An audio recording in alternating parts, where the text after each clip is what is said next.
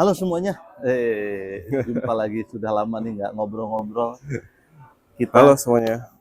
masih di podcastnya Siniar Bahasa. Apa kabar Om Dimas? Alhamdulillah baik, Bro. Baik ya, luar biasa. Kita di sini tentu saja dengan yang tak lain dan tak bukan adalah Mas Dimas Rangga Wicaksono. Om Dimas ya, gue panggil Om Dimas aja ya. Luar biasa, apa kabar, sehat ya? Alhamdulillah. Kita lagi di kota Manila. Di Tapi Kota Manila. persisnya nih kelurahan mana gua nggak tahu ya. Di mana kelurahan mana, apa kabupaten, bukan kabupaten sih, kita lagi di kota nih. Di kita Kecamatan apa nih nggak tahu nih. ini Intramuros, Bray. Intramuros. Intramuros, gua taunya karena gua pesen ini di Gojek. Di Grab. Jadi gua nggak tahu. Intramuros tuh kayak bentengnya gitu kali ya. Teman-teman, jadi Kota kita tua lah ya. kota tuanya. Kota tua. Tadi kita sempat lihat ada bangunan-bangunan bersejarahnya ya yang masih aktif gitu. Teman-teman, sambil di sini mungkin kita mau ngobrol-ngobrol sedikit nih. Udah lama nggak update ya, Edim ya. Aku mana aja. Siniar bahas itu kemana? Ya, nasib namanya juga mencari uang dulu. In this economy. Ini yang lagi seru kita bahas apa nih, Bro? Yang lagi seru kita bahas. Ya, kalau ngomongin update terakhir kegiatan kita lagi ada program kita untuk buka LSP. Ya. Dan kegiatan kita untuk kemarin latihan dan uji calon asesor, yang mana alhamdulillah kita sudah kompeten ya. Untuk menjadi luas. Selamat, luar biasa. Nah, ini menarik, Bray. Jadi boleh nggak diceritain untuk orang-orang yang baru banget dengar, ini anggaplah gue baru banget dengar ini tentang apa itu LSP, ya kan? Dan asesor itu apa dan siapa gitu. Boleh nggak singkat aja dulu LSP-nya? Oke, jadi LSP itu adalah apa ya, kalau kita bilang tuh kayak badan yang melakukan asesmen. Ya, jadi LSP itu terdaftar di bawah BNSP. BNSP, Badan Nasional Sertifikasi Profesi. Oke. Jadi badan BNSP ini dia di bawah pemerintah ya, seperti itu. Dan jadi dia melakukan asesmen untuk berbagai macam profesi sebenarnya, bukan kita aja gitu. Dan salah satu upaya yang kita lakukan adalah mendirikan LSP sebagai lembaga yang nanti melakukan asesmen, sehingga nantinya kita bisa membantu rekan-rekan interpreter untuk mendapatkan sertifikasi BNSP sebagai juru bahasa. Oke, ini menarik, Bray. Jadi yang inisiasi ini adalah inisiasi untuk sertifikasi profesinya juru bahasa kan ya. Jadi terus apa, Bray?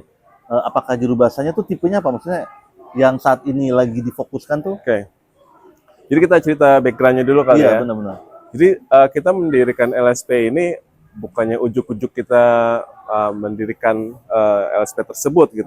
Bukan ujuk-ujuk kita mau mengadakan mengadakan asesmennya, tapi memang kita sudah punya SKKNI.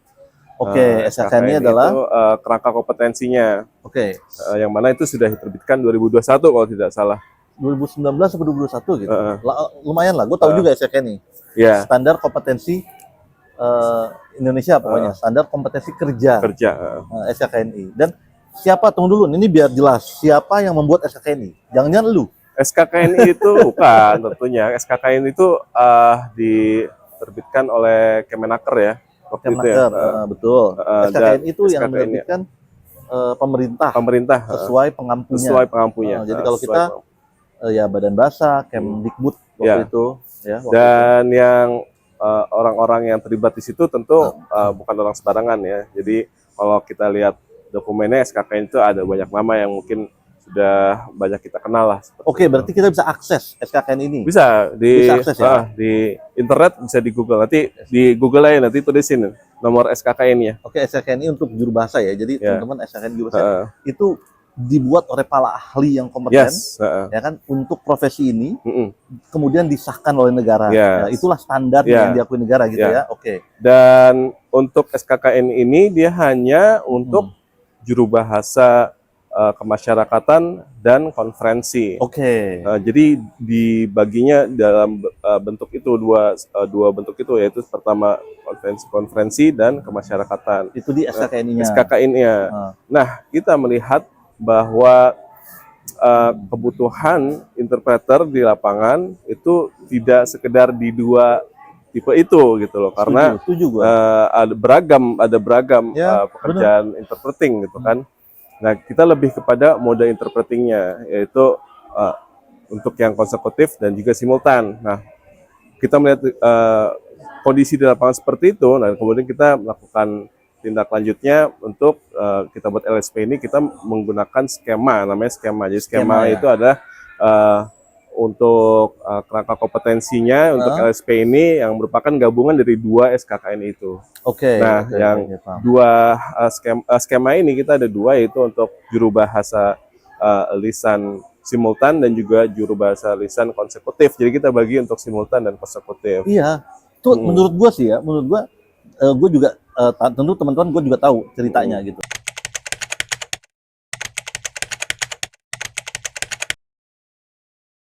Jadi Manila ini panasnya Bray, beda ya? Beda panasnya, beda. Jadi katanya mungkin 28, 29, tapi feels like 36. Ya. Luar biasa. Feels like itu jauh gitu. Kacau. Ini dari tadi kita kalau nggak makan es krim, apa mampir ke McD tadi makan es krim saking panasnya, Masya Allah. Ya memang gue mikirnya, gua ini kan pemilik agensi ya, Bro. Gue selama gue mendirikan agensi atau selama karir gue di juru bahasa, gue sih belum pernah ada klien yang nyari, Son, lu mau nggak jadi juru bahasa kemasyarakatan? Gitu kan, gitu kan. Adanya paling, Son, lu mau nggak interpreting konse gitu kan, interpreting simul gitu kan. Jadi mungkin itu lebih relevan dengan dunia industri aja, gitu ya. Jadi, nah berarti kalau misalnya oke nih, lu siapa namanya, konsekutif simul ya kan, oke, lu berarti dari konse ngambil SKKNI kemasyarakatan dan konferensi, dan di konse juga konferensi dan kemasyarakatan sesuai dengan untuk simul yang mana, untuk konse yang mana gitu kan. Jadi gabungan dari 2 SKKN itu. Dan untuk LSP ini, Bray, untuk LSP ini apa? Mungkin kita nyebutnya agak dibedakan, bukan LSP, itu LSP. LSP. Kalau LSP teman-teman takutnya bingung sama language service provider. Iya benar-benar. LSP itu lembaga sertifikasi profesi. LSP lembaga sertifikasi profesi. Ya benar-benar. Gimana Tip? Apa? Nih gue mau nanya ini, apa namanya, LSP yang bikin siapa? Itu dulu. Yang bikin siapa? Yang bikin siapa? Ya kan? Nggak, maksudnya ini ada nih ujuk-ujuk. Lalu lu siapa bikin? Iya dong. Nah, lu siapa bikin anjir? Jadi ada 3 jenis LSP ya. Pertama itu universitas, P1. Kalau kampus itu dia bisa bikin LSP, nah itu namanya P1. P2-nya apa ya? P2 itu, jadi P1 itu kampus. Kalau P1 bikin, dia hanya bisa mensertifikasi mahasiswanya. Mahasiswanya, semuanya hanya itu di bawah kampusnya. P2 itu perusahaan. Perusahaan swasta. Hanya bisa mensertifikasi anak buahnya, karyawannya, sorry. Jadi kalau misalnya perusahaan otomotif. Yang contoh waktu diberikan untuk kita pelatihan ya, sebuah perusahaan alat berat ya. Alat berat kalau nggak salah. Dia hanya sertifikasi karyawannya. Betul. Nah, terus yang ketiga P3. Itu adalah, jadi lu yang jelasin nih, silakan. Gua hafalan lagi anjir. Gua hafalan nih, Pak. Yang P3 itu asosiasi. Umum. Siapapun boleh mensertifikasi siapapun. Ada kok penjelasannya di website. Jadi kita bergerak memang ya di bawah IKASA. IKASA Ikatan Agensi Jasa Bahasa. Dan kita bergerak sebagai umum, dan mana kita bergerak sebagai asosiasinya, seperti itu. Jadi kita membuat LSP di bawah. Iya, betul, benar. Jadi yang bikin IKASA, Nah, sekarang tujuannya apa? Tujuannya dulu nih. Baik. Walaupun sudah ada sertifikasi yang lain yang mungkin kita tahu ya. Banyak sertifikasi. Namun kita melihat belum ada kehadiran negara dalam pengakuan kompetensi profesi juru bahasa atau interpreter. Belum ada, betul. Ya, kembali lagi tadi BNSP itu kan di bawah pemerintah, di mana dia melakukan sertifikasi profesi untuk beragam profesi, bukan kita aja. Nah, kalau untuk penerjemah udah ada, Bray. Ya, penerjemah udah ada. Nah, kita melihat kok interpreter belum ada, padahal SKK ini udah ada. Sejak 2019 atau 2021 tadi. Ya. Kalau salah jangan di roasting ya. Ya gitu. Jadi apa kita melakukan ini karena kita ingin pertama juga membantu teman-teman juru bahasa untuk mendapat pengakuan dari negara terkait kompetensi mereka, kompetensi profesi mereka. Ya, Itu karena kita melihat belum ada dan ya sayang aja gitu loh. Dan nanti sertifikasi BNSP untuk juru bahasa ini akan sangat berguna untuk mereka nanti untuk setidaknya mereka sudah dapatkan pengakuan dari negara. Ya, make sense. Nah, mungkin gue ini again gue layman aja lah, kekhawatiran yang mungkin muncul gitu kan. Kayak pertama, oke, LSP nih, LSP kan pengusaha nih ya kan. Isinya agensi-agensi ya kan. Agensi kan nyari duit ya. Ntar ini jadi sumber nyari duit dong sertifikasi ini. Ya nggak? Nah, enggak maksud gue kalau gue bukan orang agensi, pasti gue mikir gitu, anjir duit lagi, ya nggak? Nah, gimana Bray? Ini nggak apa-apa, pertanyaan lu langsung yang tajam-tajam aja nah. Ya.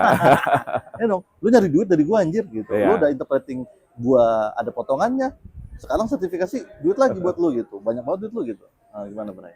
Ya kalau gue sih pertama sebagai agensi ya, gue rasa masih penting ya, menurut gue bukan penting lah gitu untuk setidaknya menggunakan talent yang memiliki kompeten istilahnya itu dapat menunjukkan kompetensi sertifikasi tertentu ya, sertifikasi kompetensi tertentu.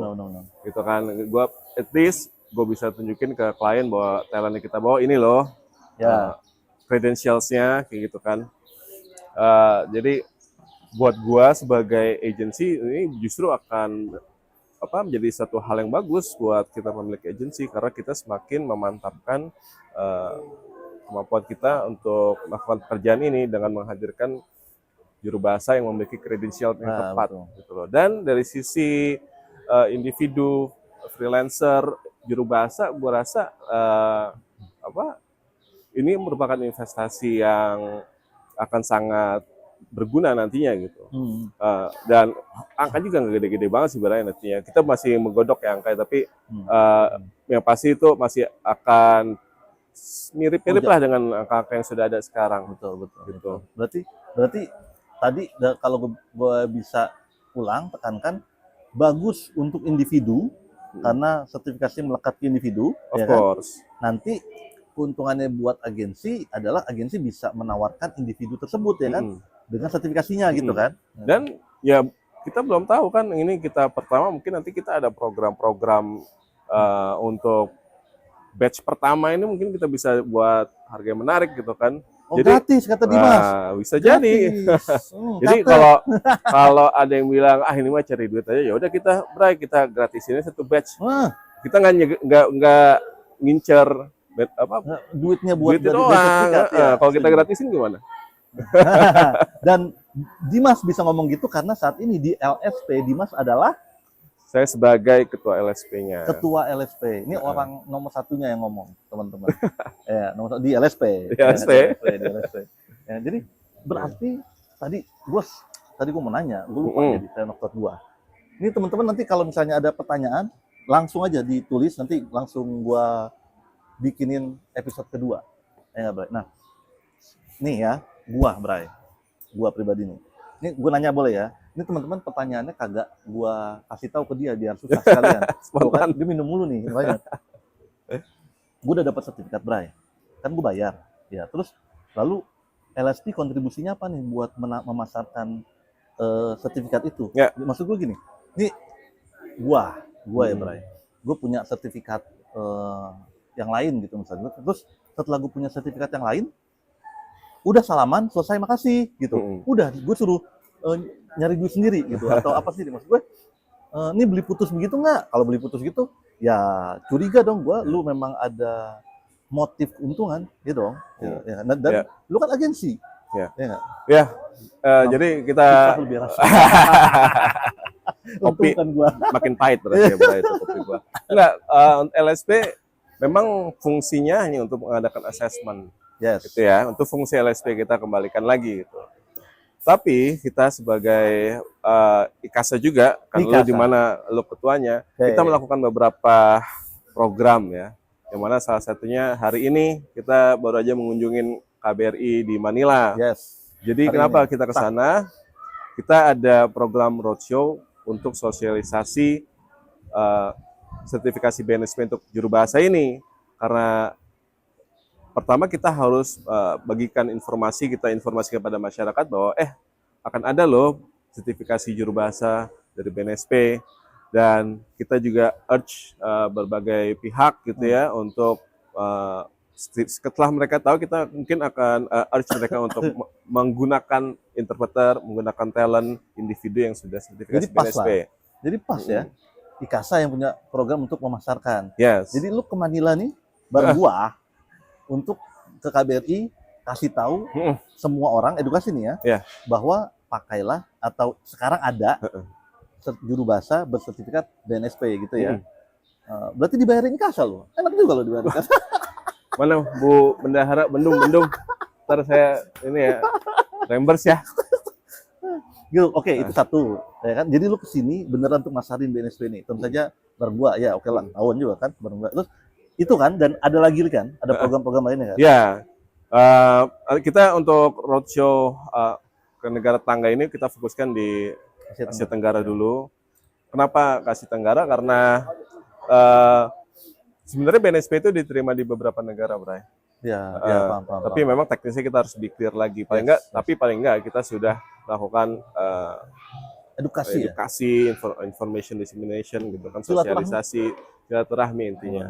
Betul. Dan bukan ke negara tetangga aja, tapi kita juga nanti ada ke pihak-pihak industri, klien. Industri klien, betul. Nah, jadi nanti teman-teman tujuannya adalah yang nyari itu klien. Bukan lagi, ya tentu saja kita harus bantu mengedukasi. Kita punya ini loh, di CV kalian nanti taruhlah sertifikat BNSP-nya kalau ada gitu kan. Tapi nggak cuma satu arah gitu, ya kan? Dari sisi sana kita ada faktor push-nya juga. Dari kita faktor pull-nya ada gitu, ya kan? Jadi itu tugasnya memang, itu tugas asosiasi. Iya. Dan in the long run ya, Bray, in the long run ini mungkin masih banyak hal yang untuk dikerjakan untuk capain, tapi mungkin kita akan approach juga dari KL-nya untuk meminta dari pihak KL setidaknya ada surat edaran atau apa agar di setiap kegiatan KL tersebut untuk menggunakan juru bahasa yang tersertifikasi BNSP. Sertifikasi negara.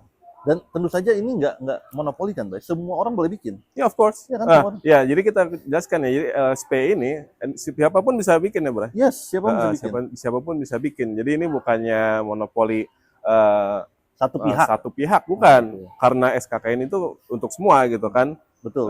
Dan skema kita pun bisa dipakai, Bray, kalau nggak salah ya. Betul, skema bisa dipakai. Tentu ada administrasi ya, tapi betul, skema yang sudah diverifikasi oleh BNSP, skema kita ini bisa juga dipakai nanti untuk orang bikin LSP. Jadi it's not about monopolizing dan bukan juga coba nguasain satu ceruk, bukan.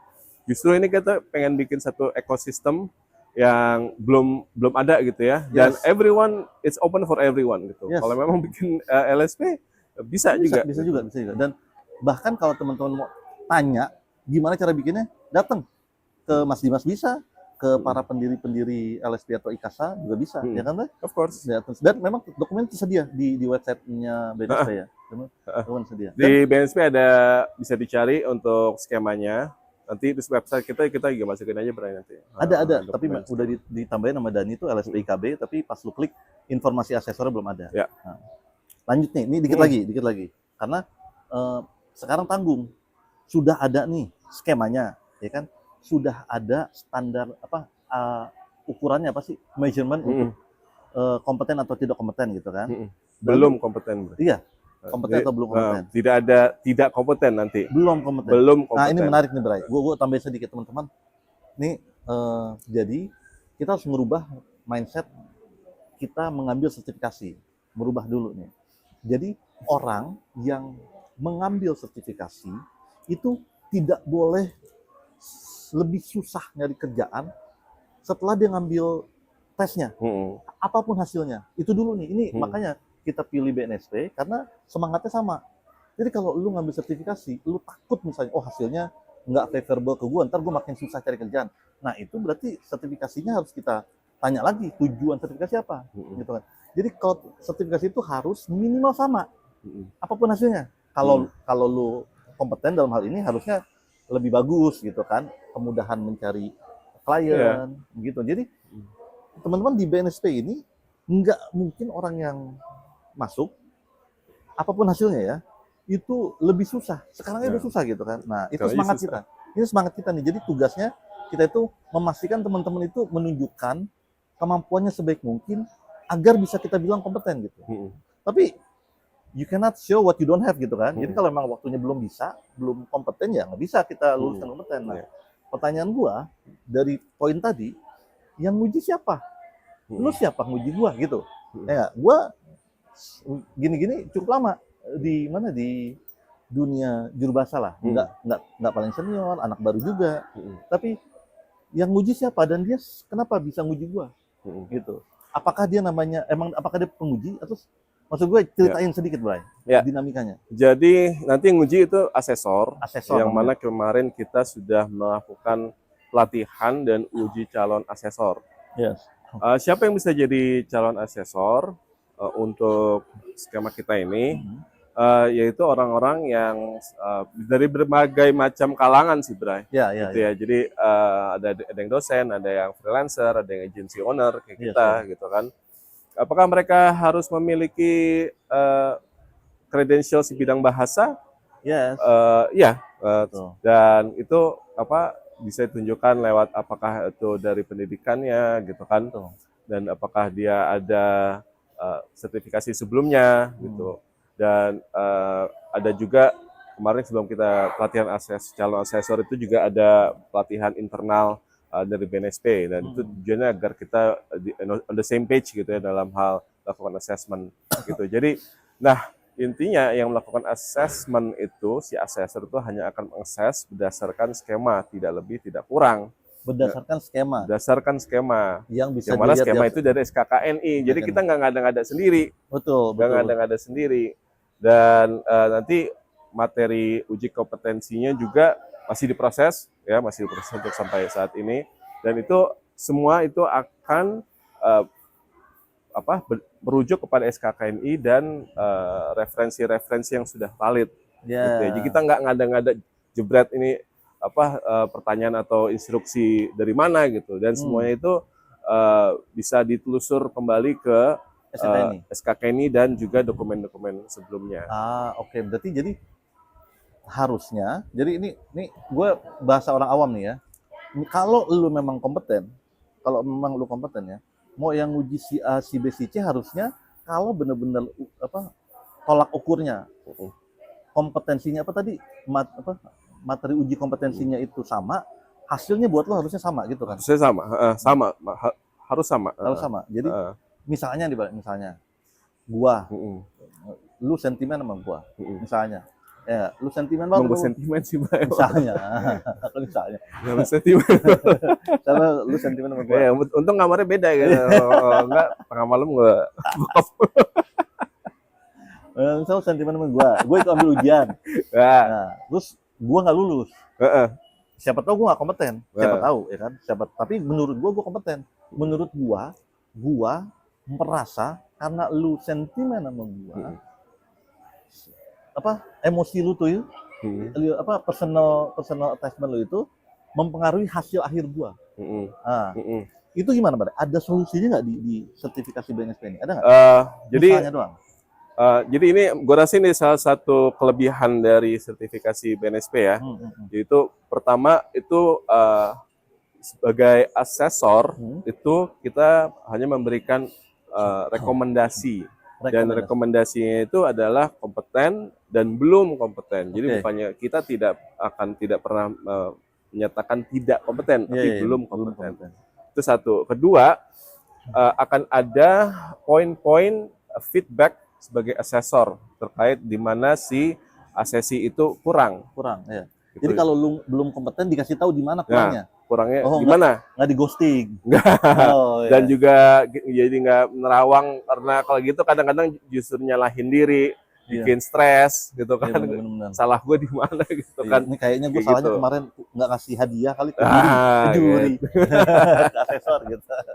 Ya, oke, Tuh. oke, oke. Ada ya, Bray? Itu dua, ada. Oke, ada. Dari situ kita bisa berargumen apakah benar bahwa satu hal yang kita kurang itu memang benar kita Iya, kurang gitu kan. benar-benar. Ya, dan ketiga, ini lagi yang sangat bagus dari sertifikasi BNSP, yaitu ada metode untuk banding. Banding. Oke, ada Appeal. banding.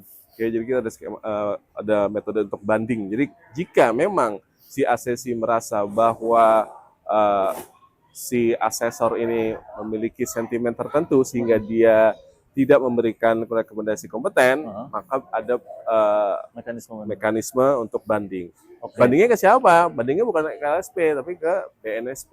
Betul, Ya, betul. jadi semua proses assessment itu LSP dan asesor itu hanya memberikan rekomendasi kompeten atau belum kompeten gitu kan. Dan kalau misalnya tidak setuju nanti ada banding. Dan harus diinfo juga nih, Bray, bahwa dalam melakukan assessment itu ada juga yang assessment kita sebagai asesor. Ya, ada yang menguji asesor itu sendiri. Jadi namanya master asesor ya. Dan jadi kita lakukan assessment ke asesi, di belakang kita nanti ada juga gitu. Ya, ini udah bener loh. Gitu. Jadi ada kayak 2 layer untuk assessmentnya gitu. Jadi memastikan bahwa si asesi itu nggak dapat bekerja secara profesional. Ya, gitu. betul. Jadi memang ada mekanisme check and balance-nya lah yang memang di-set oleh pemerintah gitu ya. Menarik. Dan apakah si master assessor itu dari orang bahasa? Ya belum tentu, karena yang dia lihat adalah proses assessment-nya itu. Proses mengujinya. Dia kenapa saya bilang itu bagus? Karena dia tidak memiliki pengetahuan dari bahasa, tapi lebih kepada pengumpulan buktinya, terus assessment-nya, pelaksanaan tahap-tahap dari assessment-nya, apakah itu lewat portofolio atau harus uji demonstrasi seperti itu. Oke. Ini menarik nih, Bray. Ini mungkin beberapa pertanyaan terakhir. Gua sudah pernah kerja, Bray. Sering gua kerja. Lu mau bilang gua kerja di sektor manapun, insya Allah pernah gitu. Insya Allah gitu kan. Nah, tapi apakah ujian itu at that one point, Bray? Karena misalnya gini maksud gua. Kayak UN gitu kan. Jadi kita kan belajar tuh 6 tahun gitu kan, tapi bisa tidaknya kita nyari duit tuh ditentuin cuma di 1 hari itu menurut gua gimana ya, Bray? Tidak nggak objektif banget gitu maksud gua ya. Lu bayangin coba, gua kerja jam pengalaman gua banyak, bisa nggak ya gue kasih tahu lu bahwa ini gue pernah kerja lo? Maksud gue ada nggak, bukan ngasih tahu ya, maksud gue ada nggak mekanisme mengakui bahwa gue sudah punya pengalaman gitu? Kan siapa aja boleh ikut ujian ini kan. Nah, gue udah punya pengalaman, Bray, ya kan. Terus gue nanti ujian bareng sama anak baru lulus gitu. With all due respect gitu kan, mereka juga jago pasti kan kalau misalnya mereka belajar dengan baik gitu. Tapi kan gue udah pernah kerja, gue udah menghadapi klien langsung, dan gue udah di lapangan. Kan kita ini untuk mendapatkan itu kan, sertifikat lembar ini untuk mendapatkan itu, gue udah dapat duluan gitu. Diakui nggak itu? Ya, jadi anjir, gue baru bisa, kepikiran. tenang. Mudah-mudahan. Ya, jadi ada 2 metodologi assessment di sini, Bray ya. Ada syarat siapa yang bisa ikut assessment ini nanti. Dan untuk yang mungkin masih pemula, entah itu mahasiswa gitu ya, atau mungkin dia baru mulai freelancing gitu kan, itu ada persyaratannya. Dan untuk yang sudah berpengalaman itu ada persyaratan jam terbangnya. Berapa jam terbangnya saya belum bisa kasih tahu sekarang karena masih ada proses yang harus ditandatangani dulu gitu ya. Tapi ada metodologi assessment 2, yaitu untuk yang mungkin saya bilangnya non berpengalaman lah ya. Dan yang berpengalaman. Dan untuk yang berpengalaman nanti akan ada namanya metodologi assessment-nya itu untuk yang lewat jalur portofolio. Jadi kalian teman-teman nanti bisa menunjukkan pengalaman kalian gitu loh, menunjukkan bahwa pernah sudah bekerja selama bertahun-tahun ke belakang, dan sudah kerja untuk di bidang-bidang tertentu gitu lah ya. Dan ditunjukkan lewat apa? Ada beberapa cara untuk nunjukin itu. Pertama, teman-teman bisa ngumpulin invoice. Ya, invoice itu kita bisa terima. Bisa terima ya. Surat referensi dari klien, surat keterangan dari klien, surat tugas, surat penunjukan dari agensi berarti dari ya. agensi Atau dari penyewa lah. atau dari penyewa. Ya kan kita tahu, kadang kita kerja langsung ke klien, kadang lewat agensi kan. Iya, benar-benar. Jadi kalau misalnya teman-teman kerja lewat agensi, coba hubungin agensinya, minta semacam kayak surat referensi, surat keterangan, dan minta disebutkan total jamnya di surat itu agar kita tahu bahwa teman-teman itu sudah kerja berapa jam dengan agensi itu. Kalau agensinya adalah anggota IKASA lebih gampang. Kita langsung kan anggota IKASA, kita bisa langsung cek malah, ya kan? Kita langsung cek ke yang bersangkutan. Kalau gua palsuin, ayo loh. Ini kan sobat, maksud gua bagaimana memastikan memang dia itunya valid. Gitu. Ya. Nih gua andai-andai aja, Bray. Gua juga nggak tahu nih. Kalau ada yang palsu gimana? Kalau palsu itu kita mungkin bisa jaganya itu dari salah satu di metodologi yang portofolio ini, itu bisa kita telepon, kita kontak si yang tanda tangan gitu ya, atau pihak berarti harus dikasih tahu nih, harus dikasih nih, benar-benar. Cuman ya then again kita kan kalau orang masukin surat itu kan ya bukan ini kita gitu kan. Benar-benar. Tapi ada cara untuk kita memastikan bahwa surat-surat itu benar, dan ya kalau memang orang itu memasukkan ya itu kan pidana, Bray. Dan gitu. Dan kita juga ada kayak tapi kita ada cara untuk memastikan bahwa surat itu benar. Dan kembali lagi kalau misalnya teman kerja di agensi yang anggota IKASA itu kan sangat lebih mudah lagi. Ya, makanya gabung IKASA. Dan ini apa namanya? Kita juga nggak main terima, oh ya udah gitu kan, ada mekanisme wawancara, ada mekanisme apa sih namanya, observasi ya, wawancara dan verifikasi surat. Jadi itu verifikasi bukti, surat itu juga yang tadi yang gue bilang, apakah itu lewat telepon agensinya atau orang yang menerbitkan surat itu. Nanti kalau sudah benar-benar udah mau dimulai banget nih, pasti harus ada penjelasan lagi nih, yang dari langkah per langkah kali ya, Bray, cara mendaftar gitu ya. Nah, ini mungkin terakhir, Bray, dari Oke, sorry tadi juga kalau misalnya kita ada satu titik di mana kita meragukan surat-surat mereka, itu ada juga kita kemudian bisa ke demonstrasi gitu loh. Jadi demonstrasi. Jadi kalau misalnya gua baca nih surat-surat kayak agak meragukan, orangnya bisa telepon gitu. Jadi kita bilang bahwa ini belum memenuhi kompetensi dan kita refer ke demonstrasi.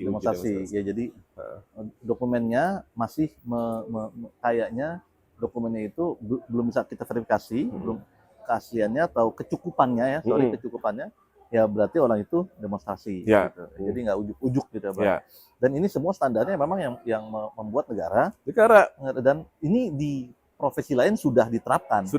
Dan di profesi lain itu sangat bermanfaat buat individu, bukan buat agensinya.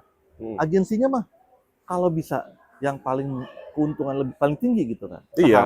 Seharusnya dengan sertifikasi ini seharusnya rate-nya membaik gitu kan. Untuk semua orang gitu. Untuk semua orang, makanya high tide rises all ships.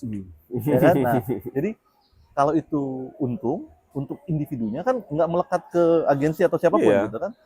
Nah, kalau individunya itu naik harkatnya gitu ya, reputasinya, manfaatnya utamanya ke individu, ya kan, Bay? Lalu ke environment, ke ekosistem sekelilingnya, gitu. Nanti yang ngurusin alat juga dapat kerjaan lebih sering, ya kan, Bay? Yang nganter alat dapat kerjaan lebih sering, audio man dapat kerjaan lebih sering. Nah, itu ekosistem jadi membaik. Jadi itu caranya asosiasi untuk memperbaiki atau membuat ekosistem ini terus menerus berkembang dan dikenal. Itu kan tujuannya bikin asosiasi, Bray. Jangan bayar iuran terus. Tapi lo sebagai owner Katagonia, rencananya gimana nih? Apakah nanti lebih memprioritaskan pemilik sertifikasi BNSP atau kalau Katagonia nih, Bray, ya. Kalau Katagonia sederhana. Di Katagonia itu kita akan bilang proud user of BNSP Certificate Interpreter. Jadi karena kita udah punya sertifikasi yang diakui negara ini, tugas kita untuk mengkomunikasikan dan mengedukasi klien tentang hal ini gitu kan. Jadi harus gayung bersambut gitu, Bray.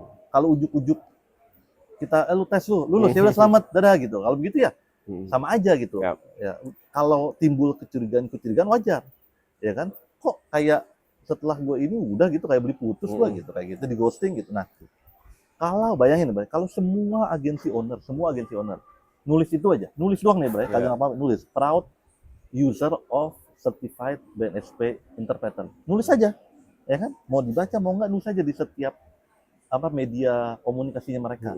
Itu kan adalah apa namanya? Itu adalah tanda bahwa semua industri itu mengakui ini gitu kan, itu cukup itu Bray. Itu kan, nah itu enaknya asosiasinya itu adalah agency owner gitu kan, dan agency owner itu bisa bahu membahu membesarkan industrinya. Jadi nanti siapapun klien ngelihat nih, oh websitenya si Tala Bahasa, websitenya Main Kata, oh BNSP nih, jadi sama bahasanya gitu. Dan kita bikin list nanti di Kasa, siapa aja yang memegang sertifikat BNSP. Gitu. Dan list itu kita kasih ke klien, gitu, enggak tempel di website, semoga orang lihat gitu, enggak. Kalau dipakai scam. Di email scam. Gue kenal lagi Bang. Anyway, gitu. Jadi ini listnya. Jadi kan kita kemarin tadi ke KBRI, ya kan? Ya kita kasih listnya. Nantinya gitu. Begitu kita ulang terus. Besok next time kita ke HIPMI, ke Kadin, udah ada rencana itu, kita kasih listnya. Jadi jangan ada list di website selesai urusan gitu, enggak. Gitu. Gitu. Nah, terakhir penutup dari gue, penutup dari gue. Gue lupa lagi gagal lu nanya. Gini, kan interpreter itu nyari duit nih Bray, nyari duit, ya kan, nyari duit. Nah, kalau ini memang benar-benar bisa memperbaiki apa namanya, kemudahan nyari job, berapa? Ada kisaran nggak? Kalau ada satu, biayanya lah. Oh biayanya. Nah, terus kedua, ini ada nggak buat bahasa lain? Bahasa Mandarin, Arab, apalagi itu, Prancis, Jerman, terus bahasa isyarat mungkin ada nggak Bray? Terus kalau nggak ada, apakah ada rencana ke sana? Ya, terus kedua, ada nggak skema-skema yang spesialisasi? Saya penerjemah militer, penerjemah apa namanya, penerjemah court misalnya, atau penerjemah medical gitu ya. Nah ada nggak Bray? Nah, jadi harga dan rencana ke depan dan apa aja nih, banyak jadinya tuh. Tutup. Kalau harga ya, harga itu di skema yang sudah kita verifikasi itu memang ada angkanya. Tapi kita belum bisa publish dulu nih karena kita masih hitung-hitung dulu. Tapi yang pasti, yang pasti tidak akan jauh dari semua yang ada, angka yang sudah ada. Apakah bisa lebih rendah? Ya, dijamin. Nah, bisa jadi. Karena tadi kita bilang kan, bisa jadi kalau terus kita dibilang cuma cari duit, ya udah kita gratisin aja, menunjukin bahwa kita memang benar-benar kerja untuk bangun ekosistem gitu, bukan sekedar nyari duitnya doang. Nah, setuju gitu kan. Jadi harga kita masih tunggu, tapi pasti it's not going to be too far from the existing numbers dan bisa jadi lebih rendah. Ya ditunggu karena kita mau ngasih harga terbaik maksud lo. Harga terbaik lah, harga terbaik. Gitu. Apa terus aja nih, Bang? Apa tuh? Apa aja skemanya? Tadi apakah bahasa Mandarin, Jepang? Untuk sekarang asesor yang sudah diuji sebagai asesor dan kompeten itu memang dari bahasa Inggris saja. Berikutnya, makanya kita juga ngundang nih, teman-teman kita untuk interpreter bahasa lain gitu ya. Untuk setuju. Ikut pelatihan dan uji calon asesor sehingga nanti dia bisa menjadi asesor untuk bahasa yang dia kuasai. Cocok. Gitu, Bray. Jadi terbuka untuk semuanya nih? Terbuka untuk semuanya. Enggak anggota IKASA nggak apa-apa? Nggak harus anggota IKASA juga. Mantap. Maksud gue kan siapa tahu lu main gatekeeping. Enggak lah. Again, kita untuk ekosistem, if you think that we're too naive, ya nggak apa-apa lah. Again, kita aja kesini pakai duit sendiri ya, Bray. Pakai duit sendiri. Makanya bayar iuran. Iya, jadi again terbuka buat semua. Kayak kita ngajakin teman-teman yang memang menguasai bahasa lain selain bahasa Inggris, ya udah coba nanti kita bantu untuk ngadain bahasa isyarat juga dong berarti. Bahasa isyarat kita coba cek dulu ya, karena apakah skemanya itu sama atau tidak seperti itu. Jadi bahasa Jepang, Mandarin, Arab, coba nanti kita coba atur untuk mengadakan pelatihan dan uji calon asesor lagi. Gitu. Oke, teman-teman, udah. Apalagi tadi spesifik itu spesialisasi. Untuk sementara memang masih umum ya. Dan kedepannya itu nanti kita harus ini lagi harus cari referensi lain dokumen referensial agar metode asesmen kita itu dapat ditelusur. Terus, Betul, jadi kita nggak ujuk-ujuk bikin asesmen untuk satu Oh, jadi iya. spesialisasi tertentu. Mm. Dan itu akan kita lakukan kalau misalnya kita saat ini sudah mulai ngumpulin dokumen-dokumen yang dibutuhkan. Dan mungkin yang paling dekat itu adalah pelatihannya, Bray. Jadi pelatihannya itu untuk spesialisasi tertentu. Jadi pelatihan saya jelasin ya, mungkin bukan dilaksanakan untuk LSP, tapi kita akan ngadain atau buka LPK-nya. Pelatihannya. Dan nanti di LPK itu kita bisa ngadain pelatihan untuk spesialisasi tertentu, apakah itu medik, medical court gitu kan, mungkin agama tertentu gitu kan. Bener. Oh iya, bener. Lah, jadi kalau misalnya premisnya adalah nyari duit, ya kita buka aja seluas-luasnya. Iya. Nah ini kita benar-benar memastikan kita kumpulin dokumen yang sesuai, telusur nggak dengan yang standar, baru kita meetingkan, nggak ujuk-ujuk bikin gitu kan. Ya. Dan kita pastikan itu nanti semua asesmennya berjalan dengan fair. Berarti dalam waktu dekat ini akan ada pelatihan dan akan ada semacam seminar atau webinar lebih lanjut mengenai detailnya pelaksanaan. Tunggu aja. Oke. Thank you Mas Dimas. Yes, Abray, thank you teman-teman udah dengerin. Nantinya pasti makin seru nih. Kalau ada pertanyaan, tulis saja, nanti kita bahas lagi. Ya benar. Nanti kita undang para asesor aja nanti. Ya kita undang semua asesor yang lulus, yang kompeten, yang kompeten. Nanti biar mereka yang jawab, biar nggak dari mulut kita doang. Gitu ya. Jadi teman-teman dengar dari semoga mereka ada waktu yang pas itu ya. Itu aja teman-teman. Terima kasih Mas Dimas ya. Yes. Terima kasih. Thank you. Lanjut lagi. Lanjut lagi. Terima kasih teman-teman sudah menyaksikan sampai selesai. Nanti kita akan bertemu lagi di episode berikutnya. Kalau begitu sampai jumpa. Assalamualaikum warahmatullahi wabarakatuh. Assalamualaikum.